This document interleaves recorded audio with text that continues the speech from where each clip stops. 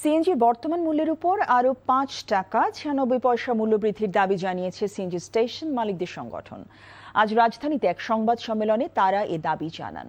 বিদ্যুতের মূল্যবৃদ্ধি সহ আনুষঙ্গিক ব্যয় বৃদ্ধির প্রেক্ষিতে সিএনজি স্টেশন মালিকদের ব্যবসা টিকিয়ে রাখা কষ্টকর হয়ে পড়ছে বলে জানান সিএনজি স্টেশন মালিকরা। সিএনজির মূল্যের উপর স্টেশন মালিকদের বর্তমান কমিশন ৮ টাকা থেকে বাড়িয়ে ১৩ টাকা ৯৬ পয়সা করার কথা বলেন তারা।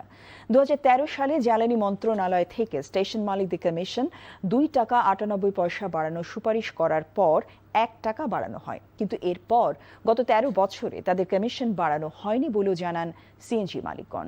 সরকারের সহযোগিতা পেলে বিদ্যুৎ চালিত গাড়ির জন্য তাদের স্টেশনে চার্জিং পয়েন্ট চালু করার আগ্রহের কথাও জানান তারা।